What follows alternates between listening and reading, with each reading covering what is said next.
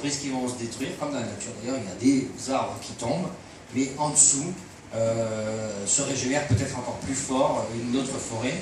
Et pour finir quand même sur votre question, c'est pour ça que je suis très aussi mobilisé pour l'idée d'une loi, c'est parce qu'à un moment la loi, elle ne sera pas forcément à les contraindre, mais elle sera là, il y aura un moment de communication, il y aura un moment où la question se posera, et si le dirigeant il bouge toujours pas, je ne vais pas le faire à sa place, je sais la catastrophe que c'est parce qu'il y a des salariés derrière qui perdront leur emploi, mais à un moment donné, je ne vais pas prendre tout le monde par la main. En tout cas, le message il passe de plus en plus fort à tous les niveaux, et je crois qu'un des niveaux, c'est la loi. Vous dites qu'il faut effectivement faire de la communication, c'est vrai. Je continue à penser qu'il n'y a pas besoin d'une loi pour faire un moment de communication. Il y a besoin de contenu.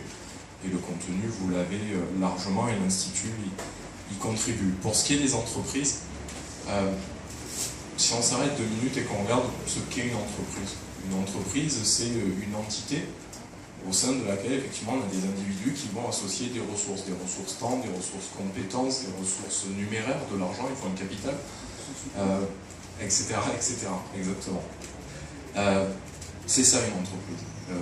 Après, il y a la vision que peut avoir celui qui initie la formation de cette entreprise, avoir un projet, avoir un produit, avoir un marché, etc., etc. Pourquoi faire? Pour générer effectivement du profit, générer de l'argent, rémunérer des personnes et rémunérer l'entrepreneur. Ok. C'est ça une entreprise. Une entreprise, ce sont des ressources.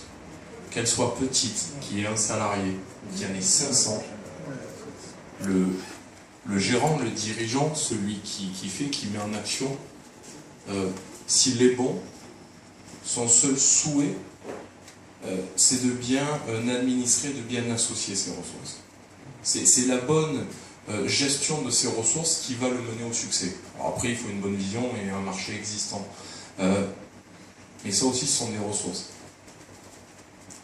Les entrepreneurs qui gagneront demain, les entreprises qui gagneront demain, qu'elles aient un salarié ou qu'elles en aient 500 ou 5000, c'est celles qui géreront bien les ressources. On parle de rareté, elles y viendront, mais elles y viennent tous les jours depuis qu'elles se sont créées, que ce soit des entreprises qui aient 3 ans comme la mienne, que ce soit des entreprises qui aient 100 ans comme certaines, elles y viennent tous les jours. C'est pas un jour elles vont passer à l'économie circulaire, non seulement parce qu'elles ne savent pas ce que c'est l'économie circulaire, mais qu'elles le font, qu'elles optimisent. L'économie circulaire, puisqu'on l'a définie, puisqu'on dit depuis tout à l'heure ce qu'est l'économie circulaire, c'est effectivement une des meilleures façons d'optimiser les ressources. Donc elles y viendront. En tout cas, les bons entrepreneurs, les bons chefs d'entreprise, les bons gestionnaires vont y venir parce que c'est le meilleur moyen d'administrer les ressources. Et elles y viennent tous les jours. Il n'y a pas un moment où un déclic se fera. Je pense que c'est la voie qu'elles poursuivent, on les poursuit nous à notre niveau également.